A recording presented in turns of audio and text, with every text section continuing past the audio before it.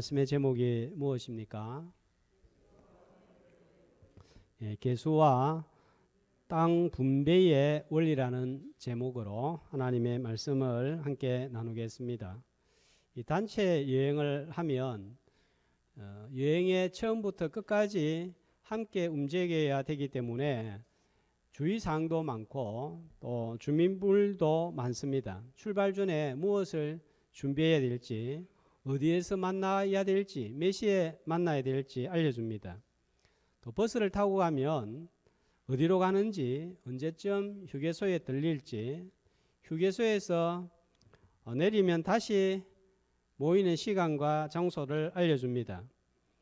목적지에 도착할 때쯤 되면 중요한 내용을 다시 한번 알려주고 추가 내용도 알려줍니다. 여행을 할 때 여러 가지 준비물과 주의사항, 중요한 일들이 많이 있지만 외국 여행을 할 때 정말 중요한 것이 여권입니다. 자, 이 여권을 잃어버리면 여행을 아예 떠나지를 못합니다. 아마 외국 여행 가려고 했다가 여권에 문제가 있어서 가지 못한 분들도 있을 것입니다. 자, 또 한 가지는 중요한 게 사람입니다. 인원수입니다. 같이 여행하는 사람 중에 한 사람이라도 빠지면 출발하지 못하고 또 우리 외에 다른 사람이 끼어도 안 됩니다. 그래서 인원은 출발 전에도 중요하고 출발 후에도 중요한 거예요. 그래서 출발하기 전에 없는 사람 손 들어보시오 하면서 농담하면서 점검을 합니다. 이스라엘 백성들은 이제 여행의 막바지에 도착했습니다. 자, 지금 어디에 있습니까? 63절에 보면 어디에 있죠? 모압 평지입니다. 그런데 모압 평지를 어떻게 소개하고 있어요? 여리고 맞은편 요단 가라고 그랬습니다. 26장 3절에 보면 똑같이 이 장소를 말씀을 하고 있습니다. 자, 모압 평지인데 어디라고요? 여리고 맞은편 요단가. 무슨 말이에요? 이제 다 왔다는 거예요. 요단강만 건너면 여리고인데 이렇게 보면 여리고가 보이는 거예요. 거의 다 왔다는 것입니다. 도착할 준비를 해야 됩니다. 제일 중요한 게 뭐겠어요? 민수입니다. 백성들의 숫자를 세는 거예요. 38년 전 시내 광야를 출발하기 전에 제일 또 먼저 한 게 뭐냐 하면은 민수기 1장이 뭡니까? 역시 인구조사였습니다. 도착을 앞두고 다시 개수를 하고 앞에서 전달했던 내용을 다시 추가로 알려줄 사항이 있는 거예요. 자, 그래서 이 26장, 27장, 28장 쭉 계속해서 끝까지 가나안 땅에 곧 도착할 것을 염두에 두고 말씀을 모세를 통하여 전하고 있습니다. 자, 이제 제일 중요한 것은 인구를 카운트하고 그 다음에 들어가면 제일 중요한 것은 무엇일까요? 내가 어디에서 살 것인가, 삶의 거주지를 정하는 것입니다. 땅 분배를 하는 거예요. 그 내용이 오늘 본문과 27장 전반부에 나와 있습니다.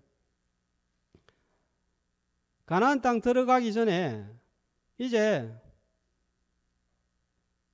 땅 분배가 이루어지고 지나온 여정을 되돌아보는 것으로 긴 40년 광야 여정을 마무리를 합니다. 자, 오늘은 두 번째 인구조사와 땅 분배의 원리에 대해서 살펴보고 함께 은혜를 나누고자 합니다. 먼저 인구조사의 원리부터 살펴보겠습니다. 첫 번째로 51절 말씀에 보면 20세 이상으로 전쟁에 나갈 만한 자 전부 계수했는데 몇 명이라고요? 60만 1730명입니다. 그런데 62절에 보면 이 숫자에 빠진 사람들이 나오는데 어떤 사람들입니까? 레위인들입니다. 57절에서 62절에 보면 이 레위인들이 소개가 되어 있습니다. 이 레위인들은 무엇을 하는 사람이죠? 57절 말씀에 보면 레위의 종족들이 나오는데 누굽니까? 57절에 보면 게르손 종족, 고앗 종족, 머라리 종족. 자, 이 사람들이 무슨 일을 했습니까? 우리가 민수기 4장에서 이 사람들이 무슨 일을 하는지 살펴보았습니다. 성막 사진을 보면서 기억을 한번 떠올려 보면 좋겠습니다. 고앗 자손은 성소, 지성소 안에 있는 성막의 기구들을 관리하고 운반을 했는데 언약궤, 진설병상, 등잔대, 기구들을 휘장이나 보자기로 덮어서 이동하고 관리했습니다. 게르손 자손들은 휘장들과 회막과 덮개를 관리하고 운반을 했고, 머라리 자손들은 잘 눈에 안 보이지만 기둥들, 또 성소와 지성소를 떠받치고 있는 받침대, 또 장막의 늘반들, 이런 것들을 운반하고 관리를 했습니다. 모세와 아론은 말씀을 전하고 제사를 주관했습니다. 저 성막은 길이가 45m, 넓이가 22.5m 밖에 되지 않은 아주 작은 공간에 불과해요. 200만이 모여 사는 공간에 비해서 저 성막은 아주 작습니다. 그런데도 성막이 중요한 것은 이 성막 자체 때문이 아니라 성막 안에 하나님이 계시기 때문인 거예요. 자, 이스라엘 백성들이 진을 칠 때 제일 정중앙에 성막이 위치했습니다. 자, 그 다음 사진을 보시면은 많이 본 사진이죠. 빨간색. 자, 12지파가 뺑 둘러 있고 그 중앙에 성막이 위치하고 있는 것은 무슨 의미를 가지고 있습니까? 우리는 하나님을 내 삶의 중앙에 모시고 살고 하나님의 통치를 받는 자들이다 하는 것입니다. 세상 사람들과 사는 방식이 다르고 세상 사람들과 이방인과 싸우는 방식도 다르다는 거예요.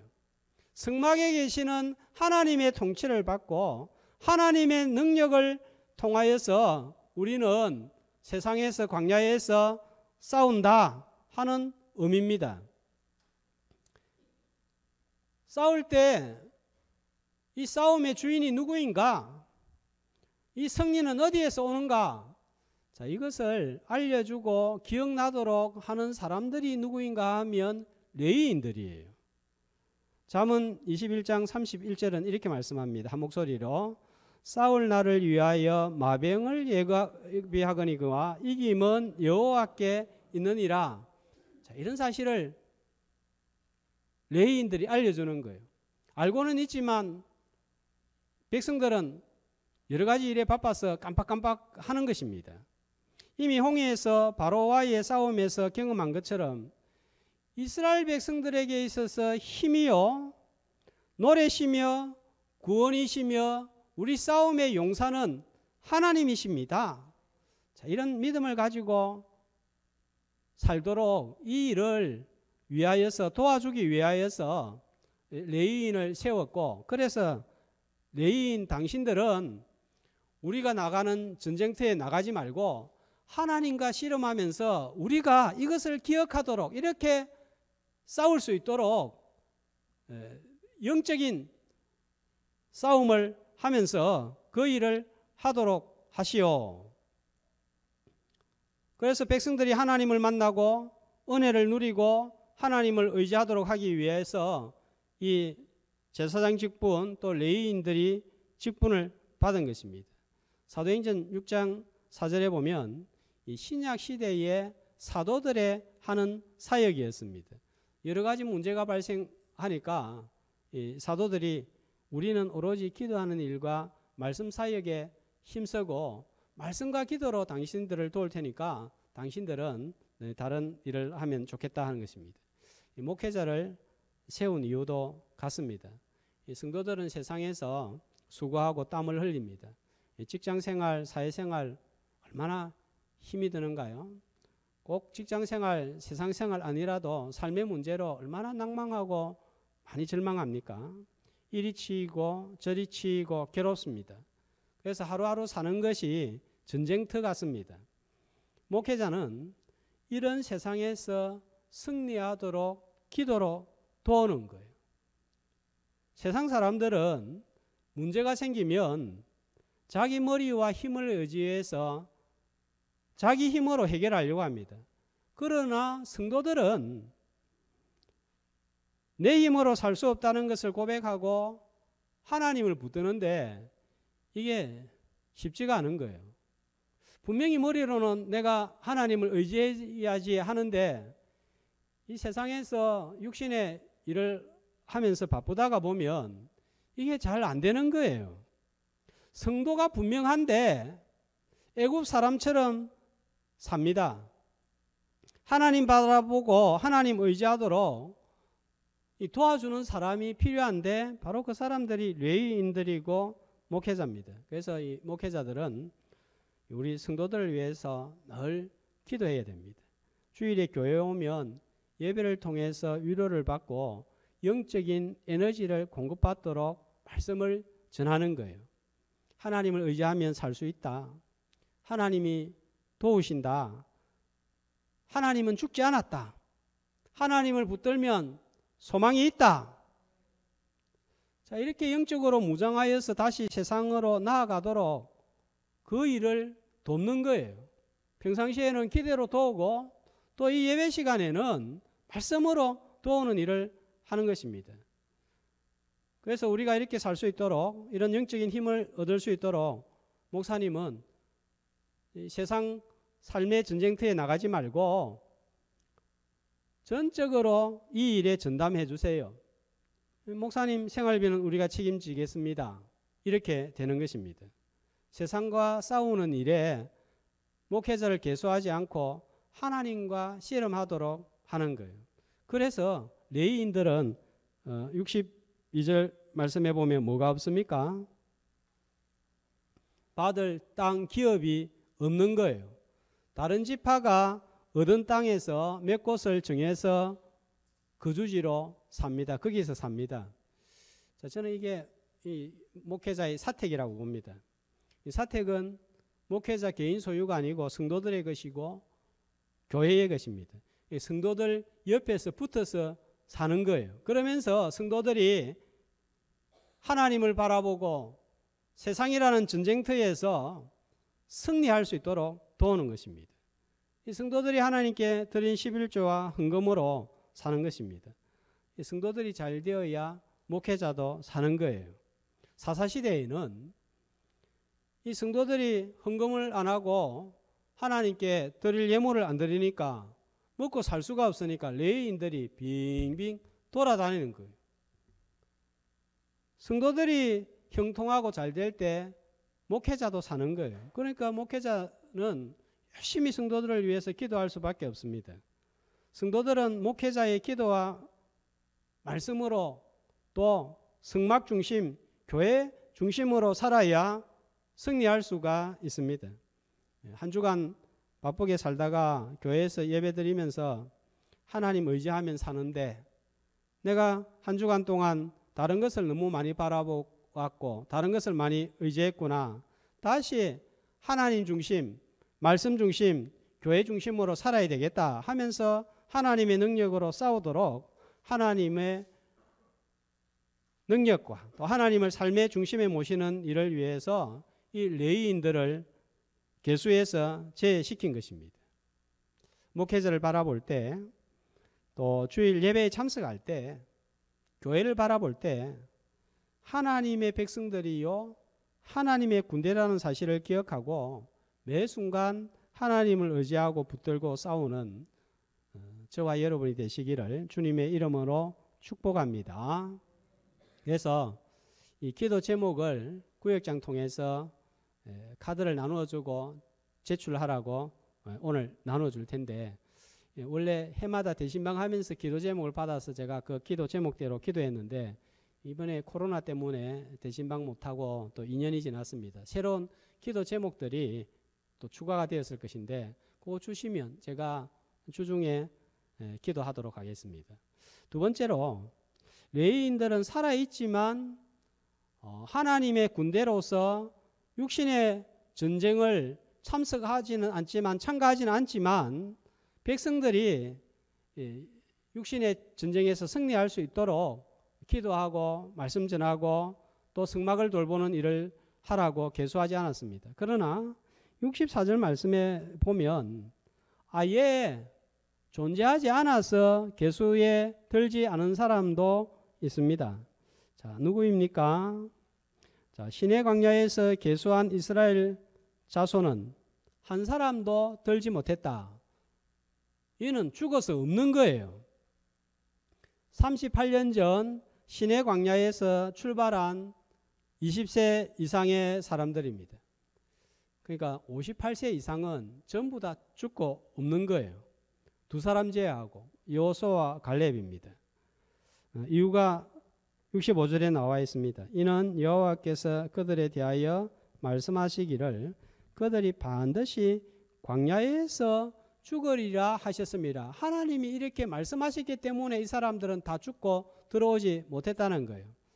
민수기 24장 가데스 바네아에서 정탐꾼들이 정탐한 후에 그 땅을 악평하고 우리는 메뚜기 같다 이렇게 불신앙으로 보고를 하니까 백성들도 원망하면서 그러면 다른 지도자 갈아치워서 애굽으로 돌아가자. 이 불신앙이 하나님을 멸시한 결과가 되었습니다.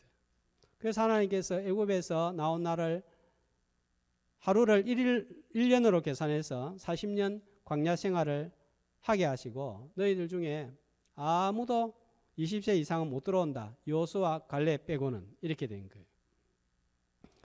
자, 민수기 14장 3절에 보면 그때 그들의 고백이 이거예요.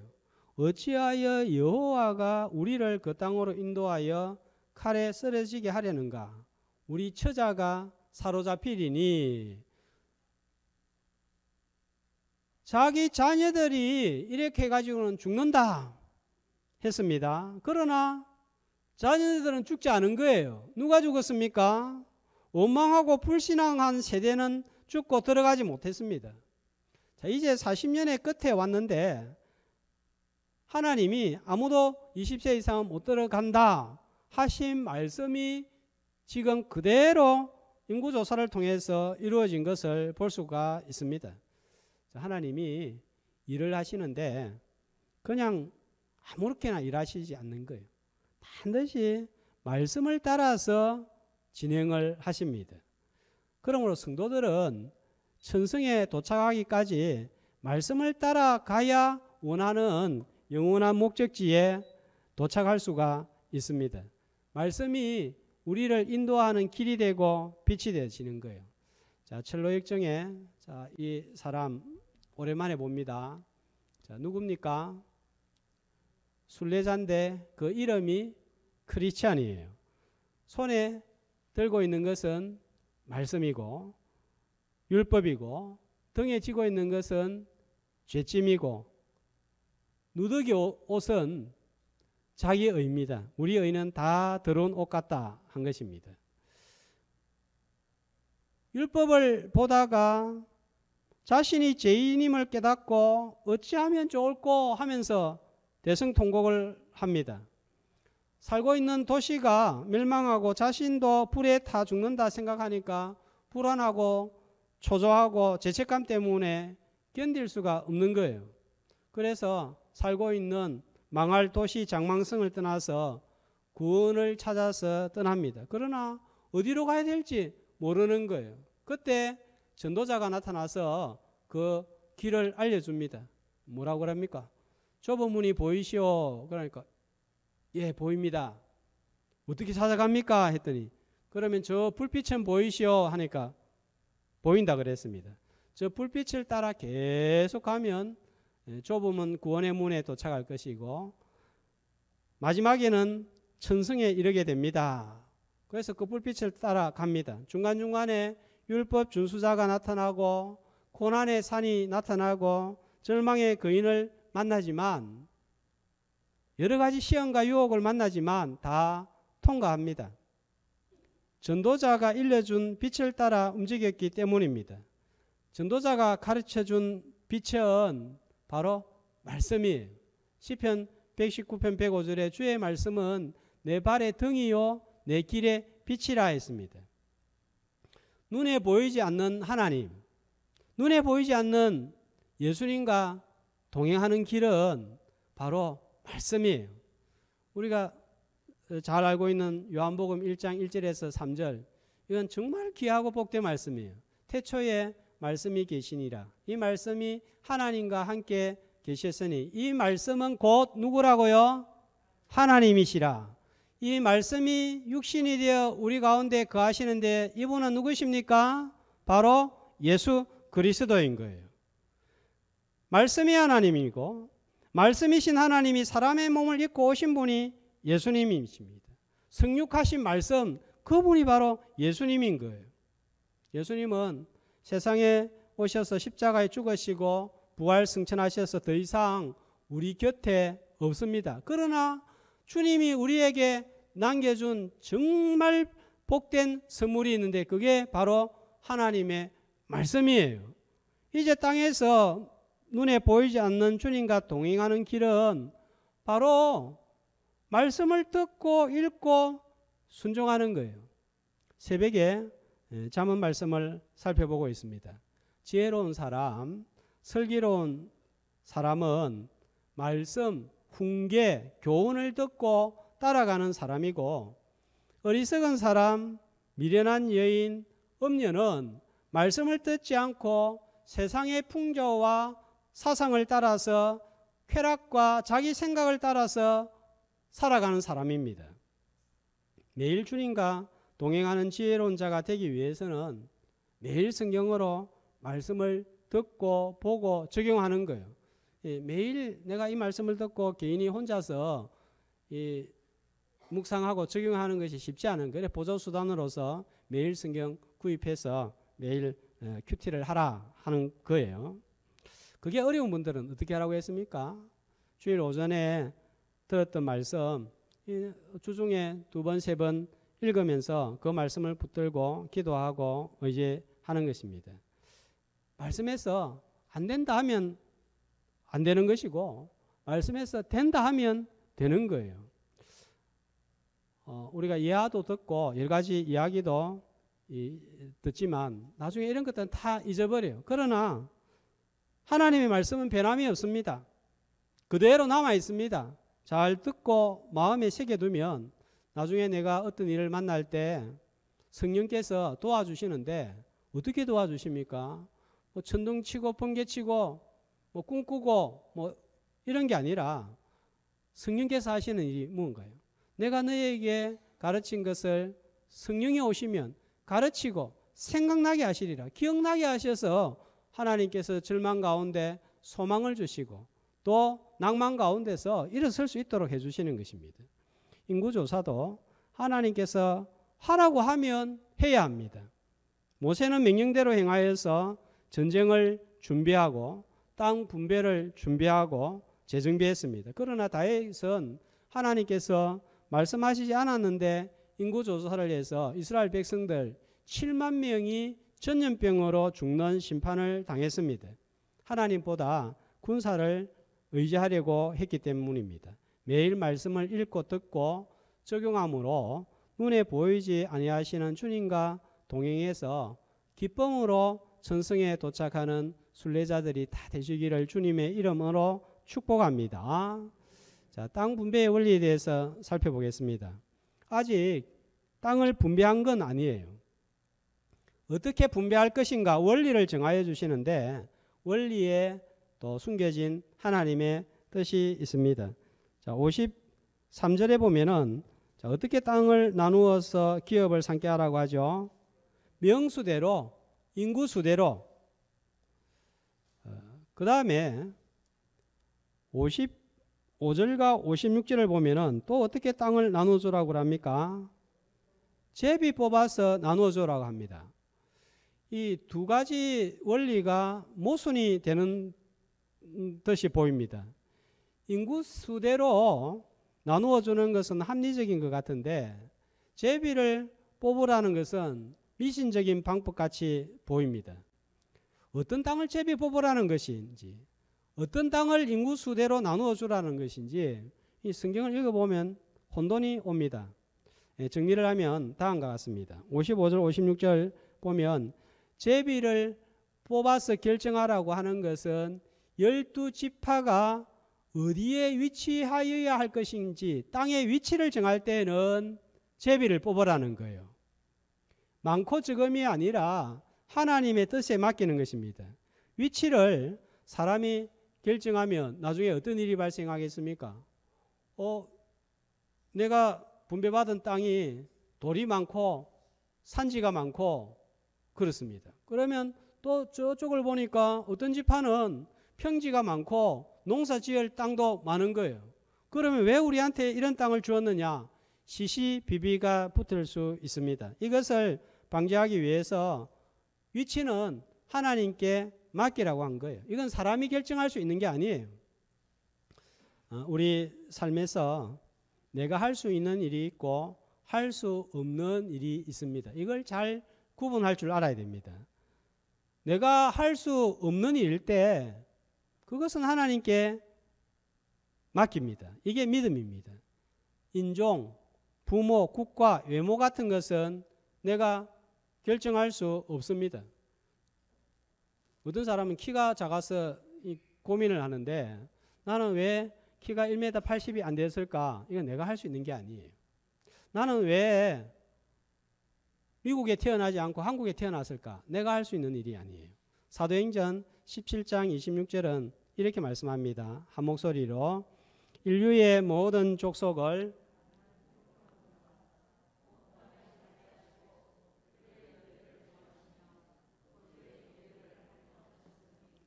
자, 하나님이 정하신 게 뭡니까?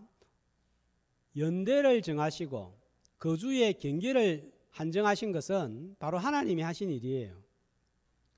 내가 조선시대에 태어나고 싶다. 그래서 태어난 게 아니에요. 내가 엄마 뱃속에서 나오기 전에 나는 2000년도에 살고 싶다. 그래서 내가 지금 살고 있는 게 아니에요. 시간과 사는 장소는 하나님이 정해 주신 것입니다. 이 땅에서 우리 부모님의 자식이 된 것은 내가 결정할 수 있는 일이 아닌 거예요. 일의 결과도 내 마음대로 되는 것이 아닙니다. 전도서 9장 11절은 또 이렇게 말씀합니다. 한 목소리로 내가 다시 해 아래에서 보니 빠른 경주자들이라고 선착하는 것이 아니며 용사들이라고 전쟁에 승리하는 것이 아니며 빨리 달린다고 해서 먼저 도착할 수도 있지만 꼭 그런 거 아니라는 거예요. 싸움 잘하는 용사들이 전쟁에 나갔다고 해서 반드시 승리하는 거 아니라는 거예요. 열심히 수고하고 빨리 달리지만 결과가 좋지 않을 수 있습니다. 그런데 나는 요거만큼 수고했는데 이거만큼 얻을 때가 있습니다. 자, 그것은 내 뜻대로 되는 것이 아니라는 거예요. 그렇다고 내 마음대로 할 수 없으니까 무조건 맡겨야 된다 하는 식의 비합리적인 삶의 분배 원리를 제시하지도 않습니다. 자, 53절 55절 보면은 자, 명수대로 인구수대로 나누어 줘라 하는 것은 지파의 위치가 정해지고 난 다음에는 이렇게 하라는 거예요. 이것은 지파 안에서 이루어지는 일입니다. 많이 받으면 많은 인구가 많으면 넓은 땅을 주고 적으면 적은 땅을 주고 당연한 원리입니다. 사람이 할 수 있는 일을 하라는 거예요. 국가도 마찬가지입니다. 국가가 할 수 있는 일이 있고 할 수 없는 일이 있습니다. 자, 세계 지도를 보면 유럽에서 제일 변방에 있는 나라는 빨간 표시되어 있죠, 그죠? 포르투갈이고 스페인입니다.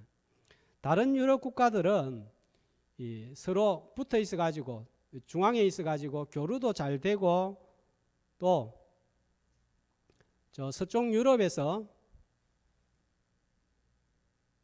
이렇게 가면 인도에 도착하고 중국에 도착해서 동양과 활발하게 상업을 할 수 있었습니다.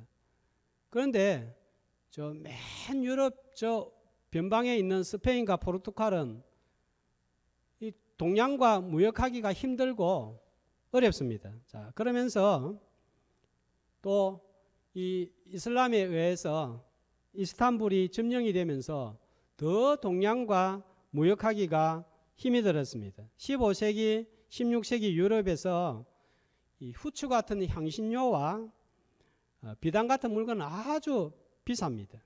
설탕은 지금은 흔해 빠졌지만 그 당시에는 설탕의 무게값하고 금무게값하고 같을 정도로 설탕이 비쌌습니다.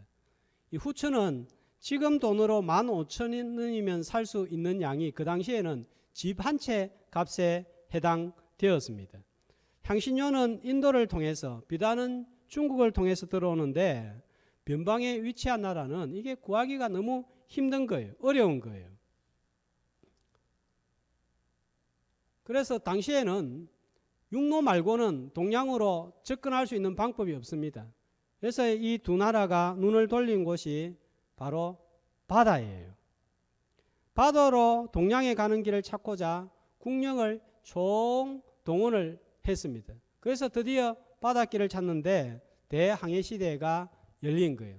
자, 저기 녹색선 보이죠, 그죠? 자, 저 녹색선은 1492년 콜럼버스가 아메리카로 가는 바닷길을 찾아냈습니다. 그 다음에 파란색은 바스코다가마가 인도로 가는 바닷길을 찾아낸 거예요. 빨간색은 마젤란이 바다를 통해서 세계를 일주할 수 있는 바닷길을 찾아내어서 최초로 세계 일주를 달성을 합니다. 자, 이렇게 해서 두 나라는 항해 시대가 열리고 상업의 황금 시대가 도래합니다. 한동안 유럽에서 가장 부강한 나라가 되었습니다. 스페인 무적 함대라는 말이 나오고 스페인 제국이라는 말이 나왔습니다. 자, 두 나라의 위치는 변경시킬 수 없습니다. 땅의 위치를 유럽의 중앙이나 동쪽에 옮길 수 없습니다. 그러나 바다에 길을 만들고 항해 시대를 여는 것은 그들이 할 수 있는 일이었습니다. 사람이 할 수 있는 일과 할 수 없는 일을 구별할 줄 알아야 됩니다. 성도는 자신이 해야 될 일과 하나님께서 하시는 일을 구별할 줄 아는 분별력이 있어야 되는 거예요. 그런데 이 분별력도 내가 가질 수 있는 게 아니에요. 하나님이 도와주셔야 이 분별력을 가질 수 있는 거예요. 그래서 우리가 하나님 앞에 고개를 숙이고 무릎을 꿇는 것입니다. 내가 할 일을 하나님께 맡기면 책임 회피입니다. 하나님께서 할 일을 내가 하려고 하면 이것은 교만인 거예요. 내가 할 일은 수고를 아끼지 않아야 되고 결과에 대해서 하나님께 맡기는 믿음이 필요한 것입니다. 성도는 광야 같은 세상에 살고 있지만 세상과 다른 방식으로 살고 싸우는 사람들입니다. 말씀이 기준입니다. 레위인을 계수하지 아니한 이유이고 레위인이 존재하는 이유입니다. 하나님의 군대이므로 하나님을 삶의 중심에 모시고 살아야 됩니다. 뿐만 아니라 하나님께 맡겨야 할 일과 내가 할 일을 구별하여 맡기는 믿음과 움직이는 행동으로 하나님께서 우리에게 주시고자 하는 기업을 받아 누리는 우리 모든 성도가 되시기를 주님의 이름으로 축복합니다.